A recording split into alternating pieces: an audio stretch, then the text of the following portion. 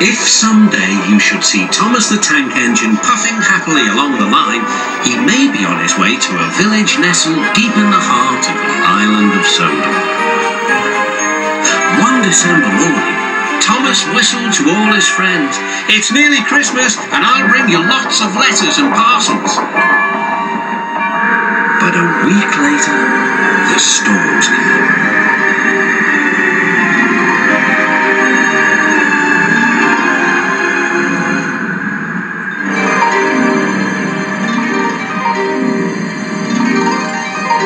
The island was covered with thick snow. The engines found work difficult. Some had to help clear snow from the track, and workmen hacked away at the frozen banks of ice. Thomas and Percy were collecting important post for Christmas. "Driver said there's lots of post for the village," said Thomas. "I'll need an extra truck for it all." Percy was feeling left out. "It's not fair. You're not leaving any post for me."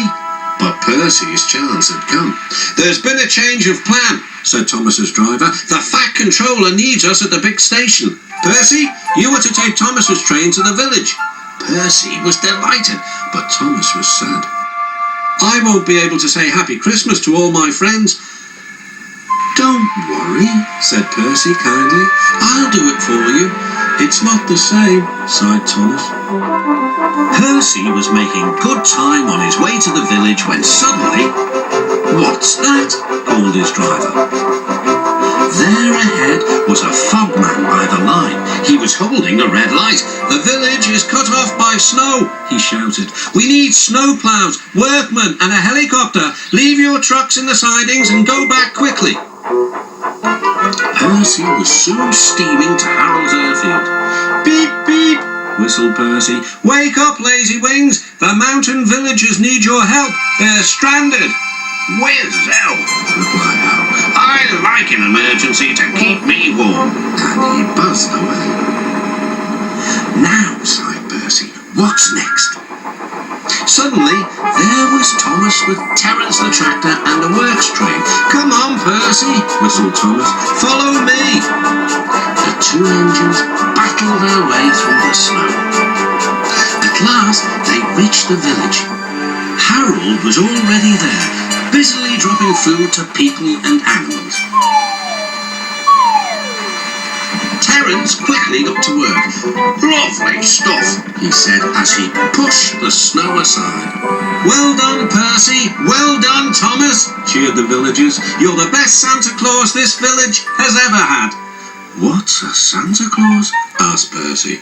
"Santa Claus is someone who drops presents down chimneys at Christmas time." Percy looked at his funnel. "I wonder if—" "No," laughed Thomas. "Chimneys, Percy, not funnels. Which reminds me, your post train is still back in the siding, isn't it?" Percy hurried back to fetch it. Just then, Toby arrived with Henrietta. "We've brought lots of hot drinks and food for the villagers," he whistled. That night, all the engines had gone back to their sheds except Toby. The villagers had made a plan to thank the engines.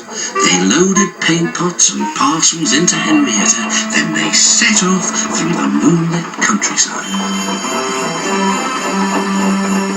All the engines were fast asleep in the sheds as Toby ran silently into the yard.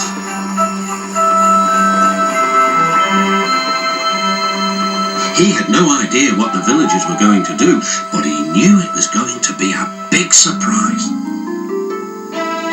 When the engines woke the next morning, they could not believe their eyes. The sheds had been repainted and decorated. Parcels lay everywhere. The engines whistled in delight, and everyone agreed that it was really a happy Christmas.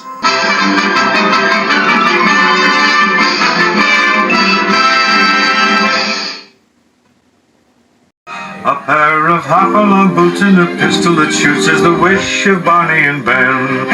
Dolls that will talk and will go for a walk is the hope of Janice and Jen. And Mom and Dad can hardly wait for school to start again. It's beginning to look a lot like Christmas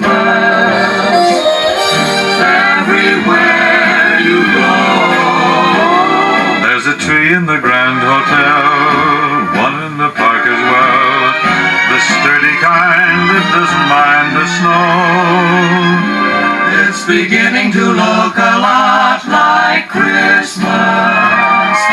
Soon the bells will start, and the thing that'll make 'em ring is the carol that you sing right where they